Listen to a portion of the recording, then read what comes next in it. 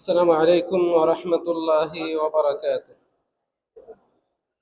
إن الحمد لله نحمده ونصلي على رسوله الكريم أما بعد.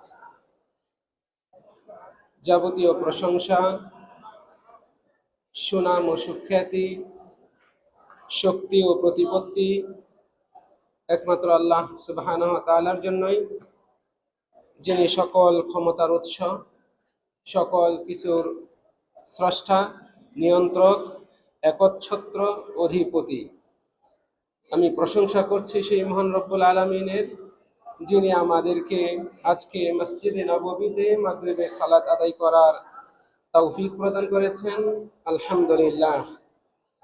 অতঃপর দরুদ ও সালাম বর্ষণ হোক শেষ নবী, শ্রেষ্ঠ নবী মুহাম্মদ বিন আব্দুল্লাহ সাল্লাল্লাহু আলাইহি ওয়াসাল্লামের উপর, যিনি তার উম্মতকে কল্যাণের পথে আহ্বান করেছেন, অকল্যাণের মত থেকে সতর্ক করে গিয়েছেন, যিনি কল্যাণকামী হিসেবে এই পৃথিবীর শ্রেষ্ঠতম আল্লাহর সৃষ্টি ছিলেন।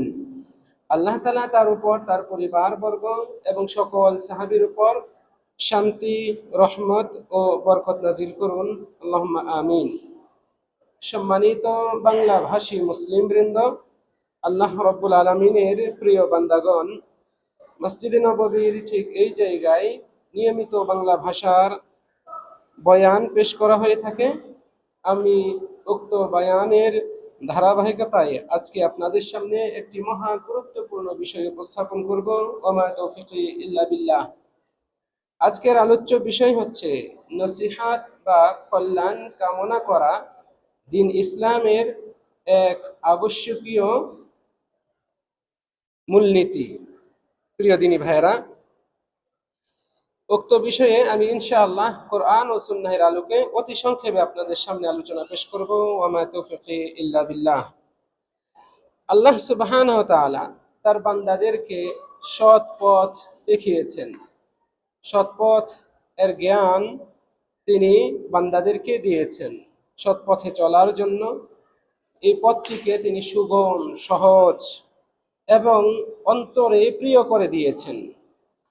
আল্লাহ রব্বুল আলামিন তার বিশেষ দয়ায় এমন কিছু বান্দাদেরকে নিয়োজিত রেখেছেন, যারা আমাদেরকে এই সৎ পথে চলতে, হকের পথ অবলম্বন করতে সর্বদা পথ দেখায়, নির্দেশনা দেয় এবং সৎ কর্মশীল বান্দাদের এবং যারা কল্যাণকামী তাদের সাথে উঠা বসা করতে উদ্বুদ্ধ করে। বস্তুত সৎ কর্মশীল বান্দার সাথে এবং কল্যাণকামী মানুষের সাথে উঠা বসা করা, এটা ব্যক্তিকে আল্লাহর পথে অগ্রগামী করে। আর এই দুই প্রকার মানুষের থেকে বিচ্ছিন্ন থাকা ব্যক্তিকে আল্লাহর পথ থেকে দূরে সরিয়ে দেয়।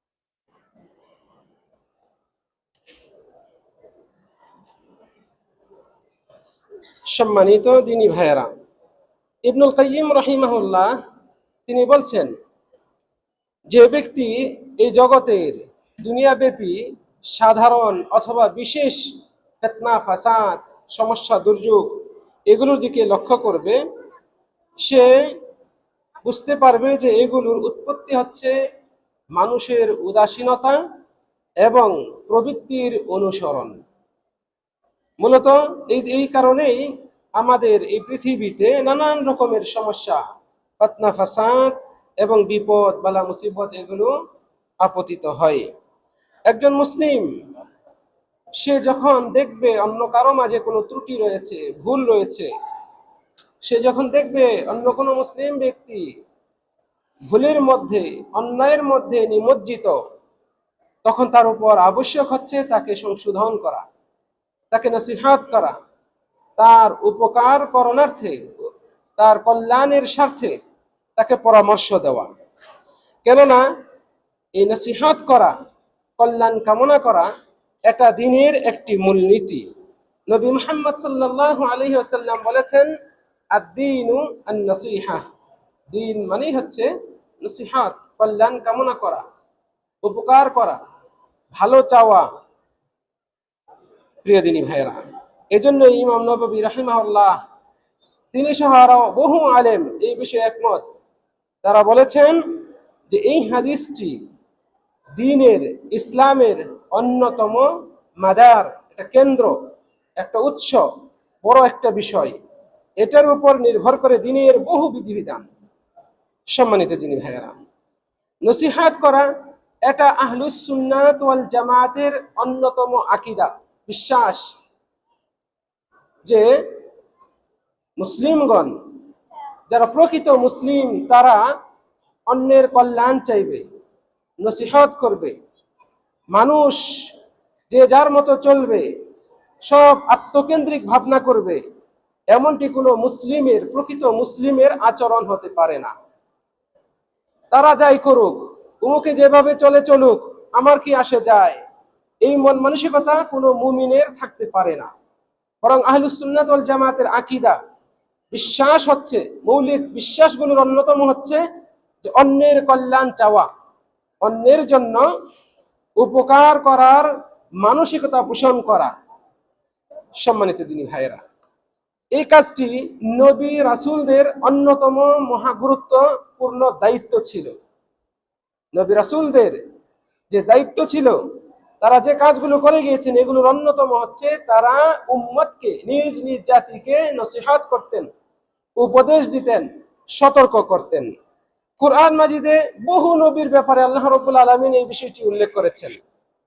যেমন নূহ আলাইহিস সালাতু ওয়াস সালাম, তিনি তার নিজ কওমকে বলছেন, উবাল্লিগুকুম রিসালাতি রাব্বি ওয়া আনসাহু লাকুম, আমি তোমাদের কাছে আমার রবের রিসালাত পৌঁছে দিচ্ছি এবং তোমাদেরকে নসিহত করছি।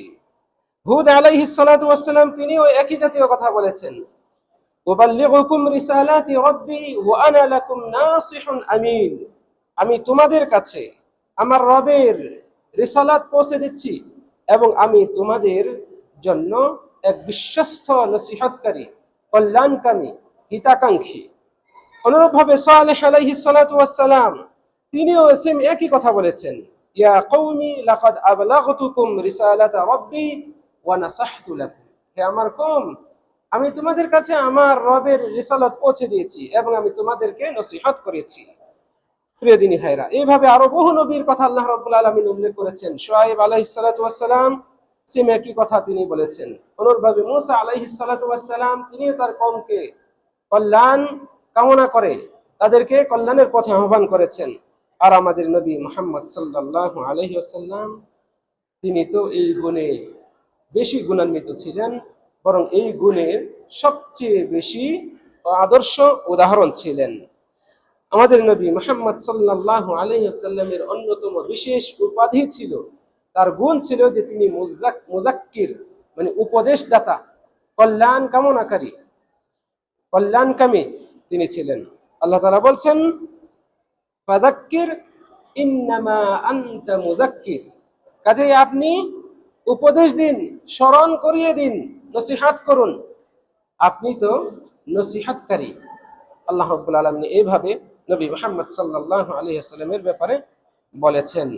আলী রাদিয়াল্লাহু আনহু বলছেন, কানান নবিয়্যু সাল্লাল্লাহু আলাইহি ওয়াসাল্লাম ইয়াখতুবুনা ফায়ুযাক্কিরুনা বিআইয়ামিল্লাহ, নবী মুহাম্মদ সাল্লাল্লাহু আলাইহি ওয়াসাল্লাম আমাদেরকে খুতবা দিতেন।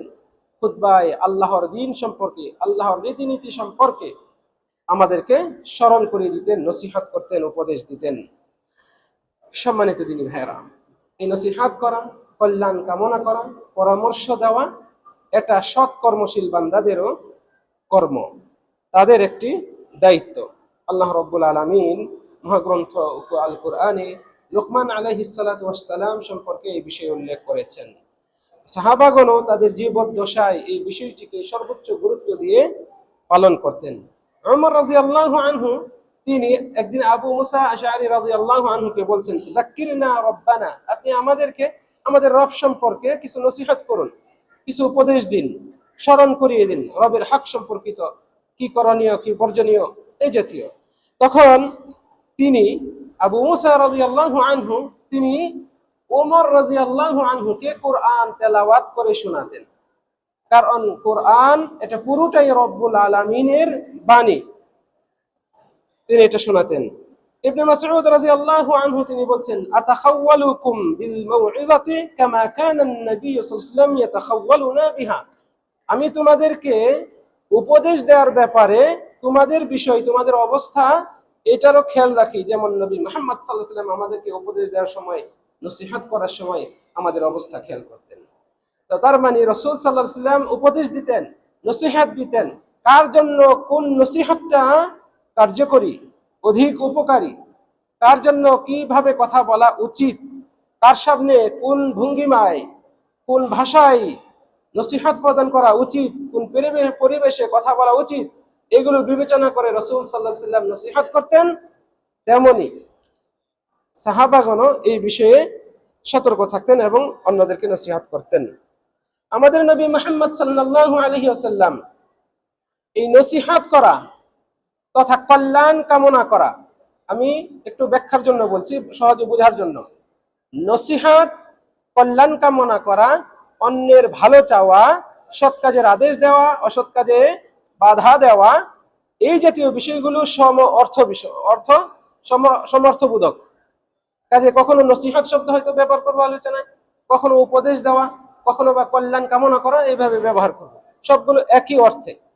প্রিয় দিনী ভাইরা, তা আমাদের নবী মুহাম্মদ সাল্লাল্লাহু আলাইহি ওয়াসাল্লাম এই বিষয়টিকে অত্যন্ত গুরুত্ব দিতেন। এই জন্যই তিনি যখন সাহাবাদের কাছ থেকে বায়াত গ্রহণ করতেন, যে বিষয়গুলোতে বায়াত নিতেন এগুলোর অন্যতম হচ্ছে অপর মুসলিমদের জন্য কল্যাণ কামনা করা, নসিহত করা, এটার উপরে তিনি বায়াত গ্রহণ করতেন। প্রিয় দিনী ভাইয়েরা, আমরা অনেকেই জানি যে এক মুসলিম অপর মুসলিমের উপর বিশেষভাবে 6টি হক রয়েছে। যদিও এই 6টির উপর সীমাবদ্ধ নয়, কিন্তু একটি হাদিসে রাসূল সাল্লাল্লাহু আলাইহি ওয়াসাল্লাম 6টি উল্লেখ করেছেন। এই 6টির অন্যতম হচ্ছে ওয়া ইদাস্তানসাহাকা ফানসাহু। যদি কোনো মুসলিম তোমার কাছে নসিহত চায়, কিছু পরামর্শ চায়, তাহলে তুমি তাকে নসিহত করো, পরামর্শ দাও। রাসূল সাল্লাল্লাহু আলাইহি ওয়াসাল্লাম এইভাবে আমাদেরকে উদ্বুদ্ধ করেছেন। এই হাদিস থেকে বোঝা যায় যে অন্যের কল্যাণ কামনা করা, অন্যের জন্য নিজের মাঝে হিতাকাঙ্ক্ষা পোষণ করা, নসিহত করা, এটা অপর মুসলিমের অমুক ব্যক্তির অন্যতম হক আপনার ওপর। প্রিয় দিনী ভাইরা, একজন মুমিনের আবশ্যকীয় ঈমানের অন্যতম হচ্ছে যে সে অপরের জন্য, অন্য মুসলিমদের জন্য কল্যাণ কামনা করবে, নসিহত কামনা করবে, সে তাদের কল্যাণ চাইবে। এটা আমরা যে ঈমান আনি, আমরা মুমিন মুসলিম, আমাদের যে মূল ঈমান এবং যে ঈমানটা থাকা আবশ্যক, আবারও বলছি, যে ঈমানটা থাকা আবশ্যক, আল ঈমানুল ওয়াজিব, যেটা থাকতেই হবে প্রত্যেক মুসলিমের মধ্যে, এর অন্যতম হচ্ছে অন্যান্য মুসলিমদের জন্য কল্যাণ কামনা করা, অন্যান্য মুসলিমদের কল্যাণ চাওয়া, অন্যের ভালো চাওয়া। এই গুণটি প্রত্যেক মুমিনের যে ঈমানের দাবি করে তার মাঝে থাকতে হবে। অনুরূপভাবে তাদের অকল্যাণ হোক, তাদের ক্ষতি হবে, এই বিষয়টিতে আশঙ্কা পোষণ করা, ফলে নিজে কোনো অকল্যাণ না করা, কারো ক্ষতি না করা, অনিষ্ট না করা, কেউ তার ক্ষতি করুক এরকম না চাওয়া, এটা আবশ্যকীয় ঈমানের দাবি। প্রিয় দিনী ভাইরা, আমাদের নবী মুহাম্মদ সাল্লাল্লাহু আলাইহি ওয়াসাল্লাম এই জন্যই বলেছেন, লা ইউমিনু আহাদুকুম, তোমাদের কেউ ততক্ষণ পর্যন্ত প্রকৃত মুমিন হতে পারবে না, হাত্তা ইউহিব্বা লিআখিহি মা ইউহিব্বু লিনাফসিহি, যতক্ষণ না সে তার অপর ভাইয়ের জন্য তাই পছন্দ করবে যা নিজের জন্য পছন্দ করে। আপনি যেটা আপনার জন্য, আপনার পরিবারের জন্য পছন্দ করেন, আপনার ঘনিষ্ঠদের জন্য পছন্দ করেন, এটা অন্যদের জন্য পছন্দ করতে হবে। আপনি চান না এটা আপনার মাঝে আসুক, আপনার ভেতরে আসুক, অথচ আপনি চান উমুকের মাঝে আসুক, এটা ঈমানের পূর্ণতার লক্ষণ নয়। একজন মুমিন প্রকৃতপক্ষে নিজের জন্য যা ভালোবাসে অন্যের জন্য ভালোবাসবে। সম্মানিত দিনী ভাইয়েরা, তাই তো ইমাম যাহাবী রাহিমাহুল্লাহ তিনি বলছেন, যে ব্যক্তি আল্লাহ এবং উম্মতের জন্য, সর্বসাধারণ মানুষের জন্য কল্যাণ কামনা না করবে, তার ভেতরে দিনের ঘাটতি রয়েছে, দিনদারিতার ঘাটতি রয়েছে।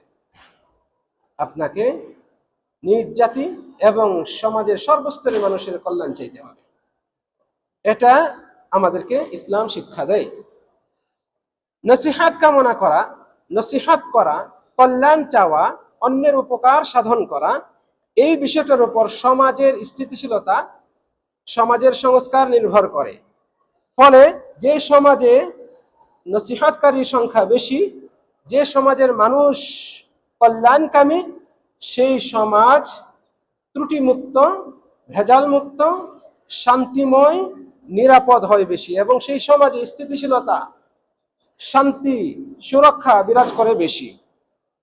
এটা সমাজের সদস্যদের মধ্যে ভালোবাসা, সম্প্রীতি তৈরি করে এবং তাদের ভেতর থেকে গীবত চর্চা, অনধিকার চর্চা এবং সমাজের যে কুসংস্কারমূলক বিষয়গুলো রয়েছে এইগুলোকে দূর করে দেয়।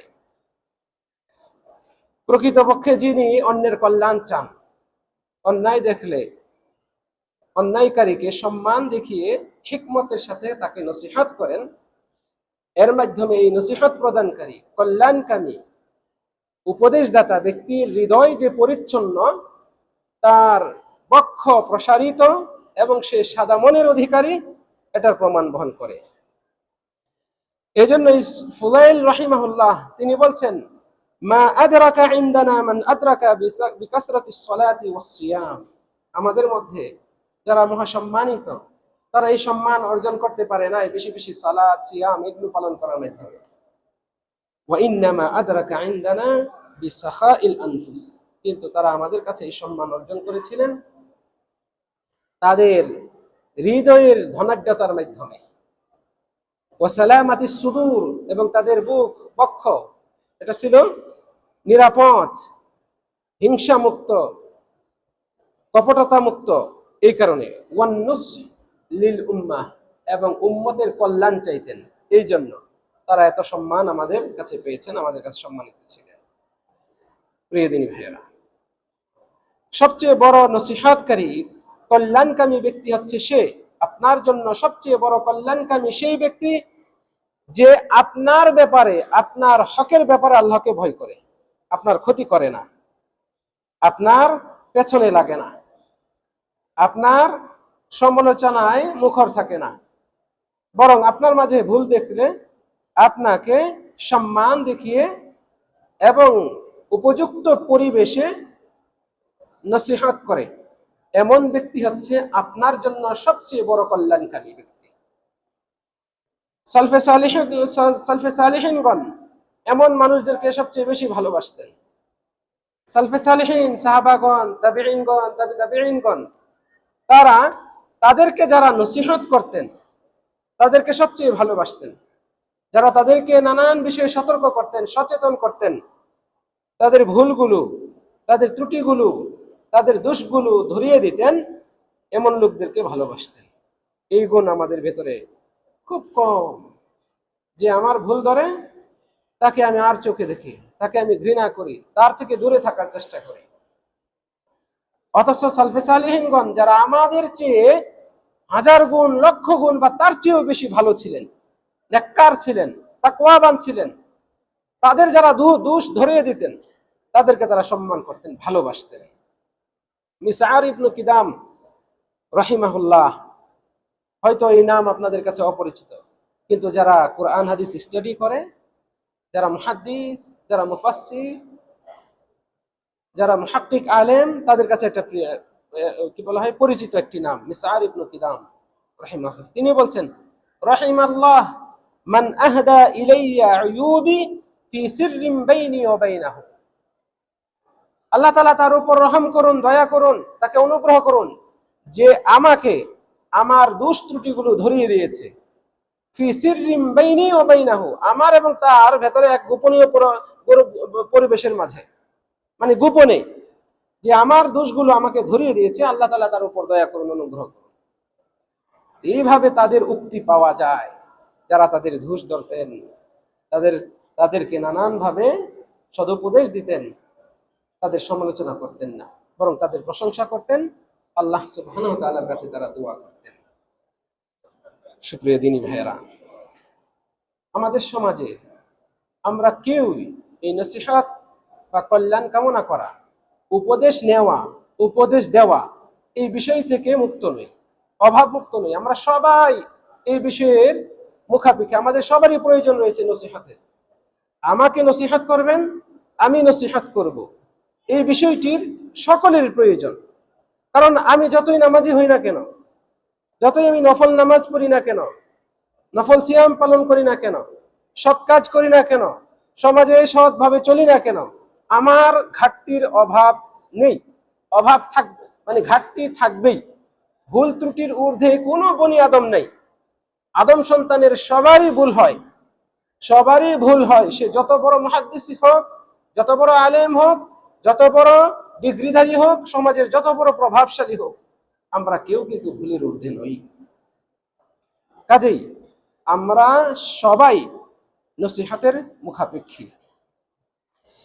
যদি নসিহতকৃত ব্যক্তি তার ভেতরে কল্যাণ থাকে, তাহলে তার এই কল্যাণ সমাজের অন্যদের মাঝে ছড়িয়ে যায়।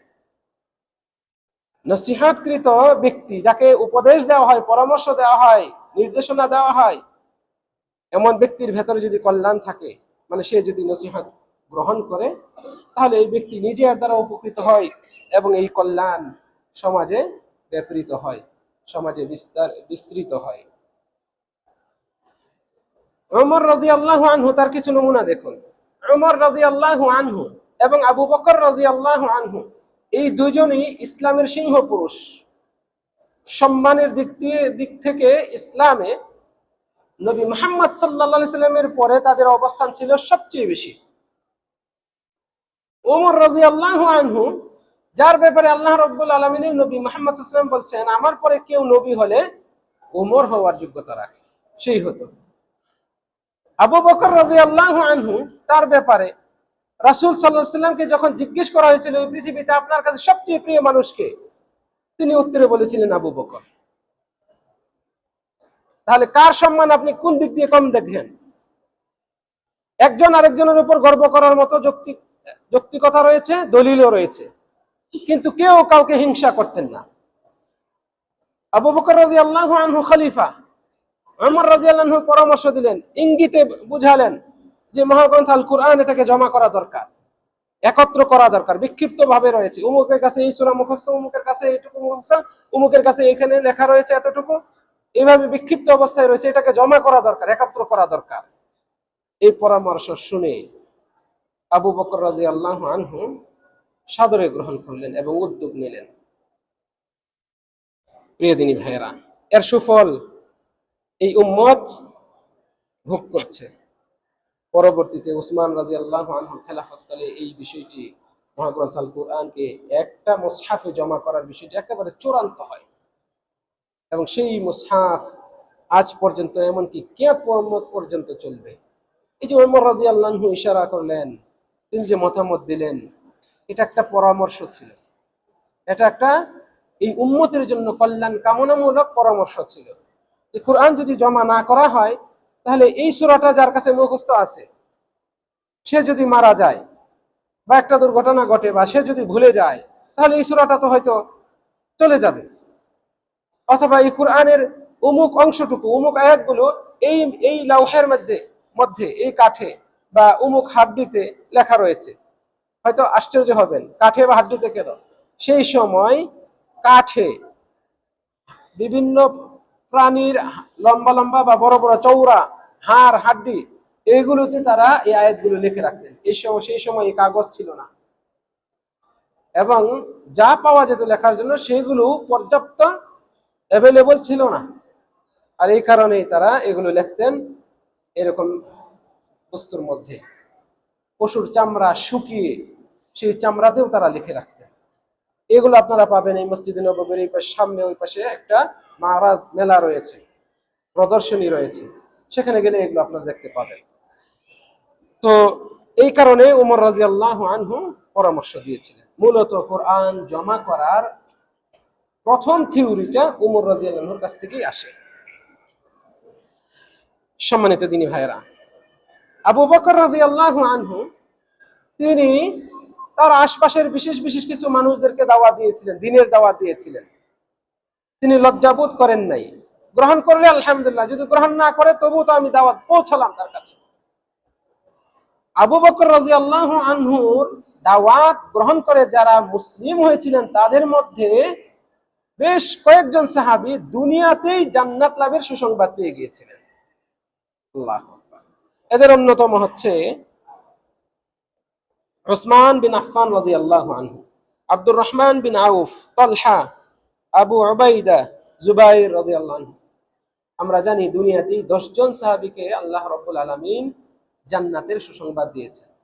এদের অধিকাংশই হচ্ছে যারা আবু বকর রাদিয়াল্লাহু আনহুর আহ্বানে ইসলাম গ্রহণ করেছিলেন। তাহলে আপনি আপনার আশপাশের যারা আমলদার নয়, সৎ পথে চলে না, সুদ খায়, ঘুষ খায়, অন্যের সমালোচনা করে, সবসময় উদাসীন থাকে, এমন ব্যক্তিদেরকে দাওয়াত দিতে কুণ্ঠাবোধ করবেন না। আপনার দাওয়াতে একজন ব্যক্তিও যদি সৎ পথে আসে, নামাজি হয়, সুদ ছেড়ে দেয়, সিগারেট খাওয়া ছেড়ে দেয়, ঘুষ খাওয়া ছেড়ে দেয়, মেয়েকে ঠকানোর মন মানসিকতা ছেড়ে দিয়ে তাদের উপর কি বলা হয় ইনসাফ কায়েম করে, সন্তানদের মাঝে ইনসাফ কায়েম করে, আপনার পরামর্শে, আপনার নসিহত শুনে, তাহলে এটা আপনার সৌভাগ্যের আলামত। আপনার দ্বারা একজন ব্যক্তি হেদায়েত পেল। আল্লাহু আকবার। এই বিষয়টিকে নবী মুহাম্মদ সাল্লাল্লাহু আলাইহি সাল্লাম বিশাল গুরুত্ব দিয়েছেন। নসিহত করা, কল্যাণ কামনা করা, এটা প্রত্যেক ব্যক্তির উপর আবশ্যক। ইসলামী শরীয়তের অন্যতম আবশ্যকীয় বিষয় আপনার উপর, আমার উপর, যে আমরা একে অপরের জন্য কল্যাণ কামনা করব। এক্ষেত্রে কল্যাণ কামনার ক্ষেত্রে সর্বাগ্রে আসবে আপনি আপনার নিজের কল্যাণ চাইবেন। আমি আমার নিজের কল্যাণ কিভাবে চাইব? আপনাকে নিজের নফসকে জাহান্নাম থেকে বাঁচানোর জন্য যা করণীয় সেটা আগে করতে হবে। আপনি ঈমান আনবেন, ঈমানের পথে থাকবেন। আপনি রব্বুল আলামিনের আনুগত্য করবেন। রব্বুল আলামিন যা নিষেধ করেছেন, অবাধ্যতা, অন্যায়, অশ্লীলতা, পাপাচার, অন্যের হক নষ্ট করা, এই জাতীয় কাজ থেকে আপনি নিজেকে দূরে রাখবেন। এইভাবে আপনি আপনার নিজের নফসের কল্যাণ করবেন। অনুরূপভাবে আল্লাহর কিতাবের কল্যাণ কামনা, আল্লাহর কিতাবের নসিহাত অর্থাৎ মহাগ্রন্থ আল কোরআন, এর প্রতি ঈমান আনা এবং সেটার উপর ঈমান এনে এটা বেশি বেশি তেলাওয়াত করা, এর নির্দেশনা অনুপাতে আমল করা, এভাবে নিজে শিখা, অন্যদেরকে শিক্ষা দেওয়া, অন্যদেরকে কোরআন শিক্ষার প্রতি উদ্বুদ্ধ করা, কোরআন শিক্ষার ব্যবস্থা করা, এভাবে আপনি কোরআনের খেদমত করা, যাকে আমরা বলি কোরআনের খেদমত করা, এর মাধ্যমে কোরআনের নসিহত করা, এটা অন্যতম কর্তব্য। অনুরূপভাবে রাসূলের জন্য নসিহত করা, নসিহত বা কল্যাণ কামনা করা, এর অর্থ কি, ব্যাখ্যা কি? আমি রাসূল সাল্লাল্লাহু আলাইহি ওয়াসাল্লামের উপর ঈমান আনবো, তার সুন্নতকে মেনে চলবো, তার সুন্নতের বিরোধী বিদআতি কর্মকাণ্ড থেকে বিরত থাকবো। এর মাধ্যমে প্রকৃতপক্ষে আমি নবী মুহাম্মদ সাল্লাল্লাহু আলাইহি ওয়াসাল্লামের প্রতি পূর্ণ কল্যাণকামী, হিতাকাঙ্ক্ষী, যেহেতু আমি তার হক রক্ষা করলাম। বুঝতে পেরেছি আশা করি। তাহলে আপনি যদি কোরআনের হক রক্ষা করেন, আপনি কোরআনের কল্যাণকামী। আপনি নবী মুহাম্মদ সাল্লাল্লাহু আলাইহি ওয়াসাল্লামের যদি হক রক্ষা করেন, তার প্রতি ঈমান এনে তার সুন্নতের পাবন্দী হয়ে বিদআত মুক্ত জীবন গড়ে, প্রকৃতপক্ষে আপনি নবী মুহাম্মদ সাল্লাল্লাহু আলাইহি ওয়াসাল্লামের কল্যাণকামী। অনুরূপভাবে মুসলিম শাসক যারা রয়েছে, একজন ব্যক্তি হিসেবে আমাদের কল্যাণ কামনার বিষয় হচ্ছে এগুলো। অন্যতম বিষয় হচ্ছে মুসলিম শাসকদের কল্যাণ কামনা করা। এক্ষেত্রে তাদেরকে সদুপদেশ দেওয়া। তারা কোনো ফরমান জারি করলে, দেশে কোনো আইন জারি করলে, সেই আইনটি যদি শরীয়তের সাথে, দেশ ও জনগণের সাথে সাংঘর্ষিক না হয়, কল্যাণের বিপরীত না হয়, তাহলে এতে পূর্ণ সমর্থন দেওয়া, আনুগত্য করা। তাদের দ্বারা যদি কোনো বিচ্যুতি হয়, তাহলে সেটা সম্মান রেখে তাদেরকে কোরআন ও সুন্নাহের আলোকে নসিহাত করা, এইভাবে মুসলিম শাসকদের কল্যাণ কামনা করা, তাদের জন্য আল্লাহ রাব্বুল আলামিনের কাছে দোয়া করা। আল্লাহু আকবার। একজন মুসলিমের দায়িত্ব, কর্তব্য, তার যে শাসক তাদের জন্য আল্লাহ সুবহানাহু ওয়া তাআলার কাছে দোয়া করা। আল্লাহ, তুমি আমার শাসকদেরকে দেশ ও জনগণের কাজে নিয়োজিত করো, তাদেরকে সততার সাথে ইনসাফের সাথে বিচার ফয়সালা দেশ পরিচালনা করার তৌফিক দাও, তাদের দ্বারা তোমার দ্বীনের খেদমত করাও, তাদের দ্বারা মুসলিমদের কল্যাণ সাধন করাও। এই দোয়াগুলো একজন মুসলিম হিসেবে মুসলিম শাসকদের জন্য করা উচিত। এই শিক্ষা ইসলাম আমাদেরকে দেয়, এই শিক্ষা ইসলাম আমাদেরকে দেয়। এই জন্যই এই দেশের প্রত্যেকটা খুতবাতেই, প্রতিটা খুতবাতেই শাসকদের জন্য এই কল্যাণ কামনা করে দোয়া করা হয়। আমি মসজিদে নববীর দীর্ঘ 5 বছর যাবৎ নিয়মিত খুতবার অনুবাদক হিসেবে রয়েছে, আলহামদুলিল্লাহ। একটা খুতবাও পাইনি এই 5 বছরে যে খুতবায় কোন খতিব সাহেব দেশের শাসক, এই দেশের শাসক এবং মুসলিম শাসকদের জন্য দোয়া করেন নাই। এরকম কোন খুতবা পাইনি। তারা শুধু এই দেশের শাসকদের জন্য নয়, খাদিমুল হারামাইন শরীফের জন্যই তারা দোয়া করেন না, বরং ওয়ালি আইম্মাতিল মুসলিমিন ওয়া উলাতিল মুসলিমিন এই শব্দগুলো ব্যবহার করেছেন। এবং মুসলিম শাসকদের জন্য, মুসলিম কর্তৃত্বশীলদের জন্য তারা আল্লাহর কাছে দোয়া করতেন, তারা যেন আল্লাহর শরীয়ত বাস্তবায়ন করেন, নবীর সুন্নত অনুপাতে আমল করেন, দেশ ও জনগণের জন্য কল্যাণকর উদ্যোগ গ্রহণ করেন। এই দোয়া তারা করতেন এবং আজও অবধি তারা এই নীতির উপর রয়েছেন।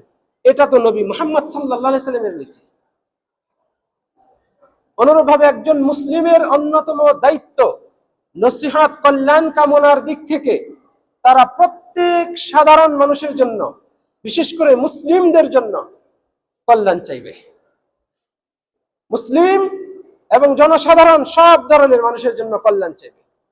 কোন মুসলিম আল্লাহর কোন বান্দার জন্য অকল্যাণ কামনা করতে পারে না। এর মাধ্যমে একজন মুসলিম সাধারণ মানুষের কল্যাণ কামনা করবে, তাদের জন্য কষ্ট, দুর্যোগ, বালা মুসিবত এগুলো থেকে রেহাই কামনা করবে। নবী মুহাম্মদ সাল্লাল্লাহু আলাইহি সাল্লাম এই শিক্ষা দিয়ে বলছেন, আদ-দীনু আন-নাসিহা, দ্বীন, ইসলাম ধর্ম, জীবন বিধান, রব্বুল আলামিনের চূড়ান্ত এই ধর্ম ইসলাম মানেই হচ্ছে কল্যাণ কামনা করা। কুলনা লিমান ইয়া রাসূলুল্লাহ, সাহাবারা বললেন, হে আল্লাহর রাসূল, কার জন্য? রাসূল সাল্লাল্লাহু আলাইহি সাল্লাম বললেন, লিল্লাহ, আল্লাহর জন্য, ওয়ালি কিতাবিহি, আল্লাহর কিতাবের জন্য, ওয়ালি রাসূলিহি, তার রাসূলের জন্য, ওয়ালি আইম্মাতিল মুসলিমিন, মুসলিম ইমামদের জন্য, শাসকদের জন্য, ওয়া আম্মাতিহিম, এবং মুসলিম জনসাধারণের জন্য কল্যাণ কামনা করা। প্রিয় দিনী ভাইরা, এই হাদিসটিকে বহু আলেম, বিজ্ঞ প্রাজ্ঞ আলেম বলেছেন এটা ইসলামের অন্যতম মূল ভিত্তি স্বরূপ একটি হাদিস, সুন্নত। এটা ইসলামের কেন্দ্রবিন্দু। তারা এটা উল্লেখ করেছেন, ইসলামের যাবতীয় বিধিবিধান হাতে গোনা কয়েকটা হাদিসের উপর ঘুরে, মানে এর ভেতরেই রয়েছে। তার মধ্যে অন্যতম হচ্ছে এই হাদিসটি। প্রিয় দিনী ভাইরা, আল্লাহ সুবহানাহু ওয়া তাআলা প্রত্যেককেই, সমাজের সব স্তরের মানুষকে নসিহত করতে আমাদেরকে উদ্বুদ্ধ করেছেন। নেতা হোক, শাসক হোক, যেই হোক না কেন, এমনকি সাধারণ জনগণ, আপনার অধীনস্থ, আপনার উপরস্থ, আপনার অধীনে অথবা আপনি যার অধীনে, আপনি আপনার পক্ষ থেকে সাধ্য মতো কৌশলে, হিকমতের সাথে আপনি নসিহত করবেন। এর প্রতি আল্লাহ রাব্বুল আলামিন আমাদেরকে উদ্বুদ্ধ করেছেন। আমরা জানি ফিরাউন সেই সমাজের কত প্রতাপশালী বাদশা ছিল, আর মুসা আলাইহিস সালাতু ওয়াস সালাম তাকে ফিরাউন শত্রু মনে করত। তবু আল্লাহ রাব্বুল আলামিন ফিরাউনকে নসিহত করতে মুসা আলাইহিস সালাতু ওয়াস সালামকে আদেশ করেছেন। তিনি বলছেন, ইযহাবা ইলা ফিরাউন, তোমরা দুজনে যাও। মুসা আলাইহিস সালামকে বলছেন, তুমি এবং তোমার ভাই, তোমরা দুজন, মুসা ও হারুন আলাইহিমাস সালাম, তোমরা দুজনে যাও ইলা ফিরআউন, ফিরআউনের কাছে, ফাকুলা লাহু কাওলাল লাইয়িনা, এবং তাদেরকে নরম ভাষায় কথা বলো। ইযহাবা ইলা ফিরআউন ইন্নাহু তাগা, তোমরা যাও ফিরআউনের কাছে, সে তো অবাধ্য, সে সীমা লঙ্ঘন করেছে, তার কাছে যাও। আমাদের নবী মুহাম্মদ সাল্লাল্লাহু আলাইহি ওয়াসাল্লাম, তিনিও সমাজের মুনাফিক যারা সবচেয়ে নিকৃষ্ট, ইসলামের ক্ষতি করার জন্য, নবী মুহাম্মদ সাল্লাল্লাহু আলাইহি ওয়াসাল্লামের ক্ষতি করার জন্য সবসময় ষড়যন্ত্র করে আসছে, এবং তারা সমাজের ধনাঢ্য ব্যক্তি ছিলেন, প্রভাবশালী ব্যক্তি ছিলেন। নবী মুহাম্মদ সাল্লাল্লাহু আলাইহি ওয়াসাল্লামকে আদেশ দিয়েছেন যেন তিনি তাদের কাছে গিয়ে নসিহত করেন। প্রিয় দিনী ভাইরা, এবং এক্ষেত্রে বিজ্ঞতার সাথে, হিকমতের সাথে তাদেরকে দাওয়াত দিতে, নসিহত করতে আদেশ দিয়েছেন। নবী মুহাম্মদ সাল্লাল্লাহু আলাইহি ওয়াসাল্লাম সমাজের ছোট ছোট বাচ্চাদেরকেও নসিহত করতেন। আব্দুল্লাহ ইবনে আব্বাস রাদিয়াল্লাহু আনহু তরুণ বয়সে, তখনও যৌবনে পদার্পণ করেন নাই। এই তরুণ সাহাবী, তাকে রাসূল সাল্লাল্লাহু আলাইহি ওয়াসাল্লাম বলছেন পরামর্শ দিয়ে, ইয়া গোলাম, হে তরুণ, ইহফাজিল্লাহ ইহফাজাক, তুমি আল্লাহর বিধান হেফাজত করো, আল্লাহ তোমাকে হেফাজত করবেন। ইহফাজিল্লাহ তাজিদহু তুজাহাক, তুমি আল্লাহর হক রক্ষা করে চলো, তাহলে তুমি আল্লাহকে তোমার সামনেই পাবে, তোমার প্রয়োজনে তুমি আল্লাহকে পাবে। এইভাবে তিনি পরামর্শ দিচ্ছেন এক তরুণ যুবক, তাকে রাসূল সাল্লাল্লাহু আলাইহি ওয়াসাল্লাম পরামর্শ দেওয়ার ক্ষেত্রে ছোট বড় এগুলো বিবেচনা করেন নাই, সবাইকে তিনি নসিহত করতেন, পরামর্শ দিতেন। সম্মানিত দিনী ভাইয়েরা, যে ব্যক্তি অন্যকে নসিহত করবে, তার উপর আবশ্যক হচ্ছে সে তার সর্বস্ব দিয়ে চেষ্টা করবে। এক্ষেত্রে তার আচার আচরণ যেন মার্জিত হয়, এবং তার কথাগুলো যেন হিকমতে পরিপূর্ণ হয়, যাতে করে শ্রোতা যাকে নসিহত করবে সে তার কথা শুনে প্রভাবিত হয়। অতএব একজন নসিহতকারীর আচরণ সুন্দর হতে হবে, হিকমতপূর্ণ হতে হবে, এবং একনিষ্ঠতার সাথে তাকে নসিহত করতে হবে। এই ক্ষেত্রে লজ্জা পড়া বা কার্পণ্য করা, লোকে কি মনে করবে, সে সেটা গ্রহণ করবে, মানবে না মানবে না, এই জাতীয় চিন্তা না করা, মানা না মানা এটা আমাদের দায়িত্ব নয়। আমাদের দায়িত্ব হচ্ছে নসিহত করা, পৌঁছে দেওয়া আল্লাহ রাব্বুল আলামিনের বিধান, নবী মুহাম্মদ সাল্লাল্লাহু আলাইহি ওয়াসাল্লামের সুন্নাত কি সেটা জানিয়ে দেওয়া। আল্লাহ রাব্বুল আলামিন বলছেন, উদউ ইলা সাবিলি রাব্বিকা বিল হিকমাতি ওয়াল মাউইযাতিল হাসানা, তুমি তোমার রবের পথে আহ্বান করো হিকমতের সাথে, ওয়াল মাউইযাতিল হাসানা, উত্তম পরামর্শ উপদেশ এর সাথে তুমি তোমার রবের পথে আহ্বান করো। এবং এটা অবশ্যই নম্র ভাষায় হতে হবে, কোমল ভাষায় হতে হবে। আপনার ভাষার এক বিশাল প্রভাব রয়েছে। এজন্যই তো আল্লাহ রাব্বুল আলামিন বলছেন, ফাকুলা লাহু কাওলাল লাইয়িনা, একটু আগে উল্লেখ করলাম, ফিরআউনকে পরামর্শ দিতে, নসিহত করতে, তাকে দাওয়াত দিতে যখন আল্লাহ রাব্বুল আলামিন তার দুই নবীকে আদেশ করেছিলেন, পরামর্শ দিয়েছিলেন, তোমরা তাকে নম্র ভাষায় দাওয়াত দিবে, লাআল্লাহু ইয়াতাযাক্কারু আও ইয়াখশা, হতে পারে সে উপদেশ গ্রহণ করবে অথবা তার ভেতরে ভয় ঢুকবে, সে যে অন্যায় সীমালঙ্ঘনে জড়িত রয়েছে, ভয় আতঙ্ক ঢুকবে, একটু একটু সতর্ক হতেও পারে। তাহলে তোমরা তাকে নরম ভাষায়, কোমল ভাষায় কথা বলবে।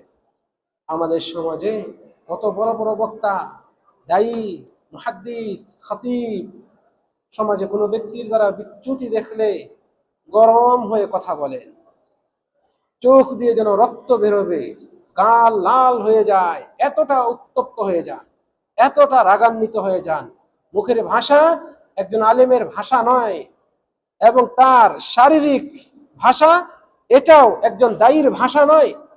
এমন ভঙ্গিমায় তারা কথা বলেন জনসাধারণের সামনে, গীবত, পরনিন্দা এবং দোষ গাওয়া, গালিগালাজ করা ইত্যাদি এই জাতীয় ভাষা প্রয়োগ করে কথা বলেন, এটা কখনো প্রকৃত দায়ীদের আচরণ হতে পারে না।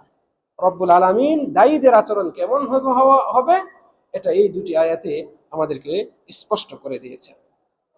সম্মানিত দিনী ভাইয়েরা, ইবনে রাজব রাহিমাহুল্লাহ তিনি বলছেন, কানা সালাফ ইযা আরাদু নাসিহাতা আহাদিন ওয়াযুহু সিররান। সালফে সালিহিনগণ যদি কাউকে নসিহত করার ইচ্ছা করতেন, তারা তাকে পরামর্শ দিতেন গোপনে। ওয়াযুহ, তাকে ওয়াজ করতেন, মানে তাকে পরামর্শ দিতেন। আমরা বলি না ওয়াজ শুনতে যাই, ওয়াজ মানে কি? পরামর্শ, নসিহত, ভালো কথা, নির্দেশনা, চারবি শব্দ। ওয়াযুহ, তারা তাকে ওয়াজ করতেন, মানে তাকে পরামর্শ দিতেন, নসিহত করতেন, সিররান, গোপনে। তাহলে কারো দোষ ত্রুটি দেখে তাকে সংশোধন করার জন্য সবচেয়ে কার্যকরী একটা অন্যতম মাধ্যম হচ্ছে গোপনে, একাকী তাকে নসিহত করা। তার ছেলের সামনে, তার বন্ধুদের সামনে, লোকজনের সামনে তাকে এই বিষয়ে তার দোষটি তুলে ধরে তাকে নসিহত করা বস্তুত তাকে অপদস্থ করার শামিল। মনে হয় বুঝাইতে পেরেছি? তাহলে কাউকে পরামর্শ দিতে গেলে কোন একটা বিষয়ে মানুষের সামনে নয়, তাকে আলাদা একাকী ডেকে অথবা আপনি তার কাছে গিয়ে তাকে পরামর্শ দিন। এই পরামর্শ তার হৃদয় পর্যন্ত পৌঁছবে এবং এই জন্য সে আল্লাহর কাছে আপনার জন্য শুকরিয়া আদায় করবে। আমি আলোচনা শুরু দিকে বলেছিলাম, মিসআর ইবনে কিদাম রাহিমাহুল্লাহ তার একটি উক্তি উল্লেখ করেছিলাম, রাহিমাহুল্লাহ, রাহিমাল্লাহু ফুলানান, অমুক ব্যক্তির উপর আল্লাহ রাব্বুল আলামিন দয়া করুন, অনুগ্রহ করুন, যে আমার দোষ ত্রুটি ধরে হেদায়েত করেছে এমন পরিবেশে যেখানে আমি এবং সে ছিলাম, অর্থাৎ গোপন পরিবেশে। প্রিয় দিনী ভাইরা, তাহলে কাউকে নসিহত করলে আপনি নির্জনতা অবলম্বন করুন, অন্যের সামনে নয়। মুরব্বী, বিশেষ করে যাদের সম্মান, মর্যাদা, সামাজিক স্ট্যাটাস ভালো, তাদের ক্ষেত্রে এই বিষয়টি আবশ্যকীয় পর্যায়ে অত্যন্ত গুরুত্বপূর্ণ। আল্লাহ রাব্বুল আলামিন আমাদেরকে তৌফিক দান করুন। সম্মানিত দিনী ভাইরা, কাজে যে ব্যক্তি এই কাজে জড়িত হবে, অন্যকে নসিহত করা, কল্যাণ কামনা করা, দাওয়াতি কার্যক্রম করা, তার উচিত এই বিষয়গুলো ফলো করা। নিজে যেমন সততার সাথে সত্য কথা বলে আল্লাহর সন্তুষ্টি অর্জনের জন্য করবেন, তেমনি অন্যদেরকে যাদের ব্যাপারে অন্যায়, ভুল এমন কিছু পরিলক্ষিত হবে তাদেরকে সম্মান দেখিয়ে নসিহত করা এবং তাদের জন্য, তাদের সংশোধনের জন্য আল্লাহ রাব্বুল আলামিনের কাছে দোয়া করা, এটাও অন্যতম দায়িত্ব। রব্বুল আলামিন আমাদের সকলকে মহাগ্রন্থ আল কোরআন এবং নবী মুহাম্মদ সাল্লাল্লাহু আলাইহি ওয়াসাল্লামের সুন্নাত অনুপাতে আমল করা তৌফিক দান করুন। আমরা যেন প্রত্যেকেই অপর মুসলিমদের জন্য নিজেদের অন্তর থেকে কল্যাণ কামনা করি, অন্যদের দোষ ত্রুটি এগুলো গোপন রেখে এবং তাদের প্রতি সম্মান বজায় রেখে আমরা যেন নসিহত করতে পারি। আল্লাহ তাআলা আমাদেরকে সেই তৌফিক দান করুন। রব্বুল আলামিনের কাছে কামনা করি, রব্বুল আলামিন আমাদেরকে একজন প্রকৃত মুসলিম হিসেবে জীবন যাপন করার তৌফিক দান করুন।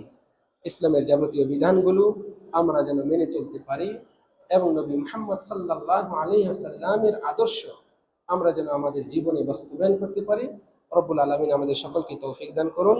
এই কামনা করে আজকের আলোচনা শেষ করছি। আকুলু কওলি হাযা ওয়া আস্তাগফিরুল্লাহ লি ওয়া লাকুম ওয়া লিসাইরিল মুসলিমিনা মিন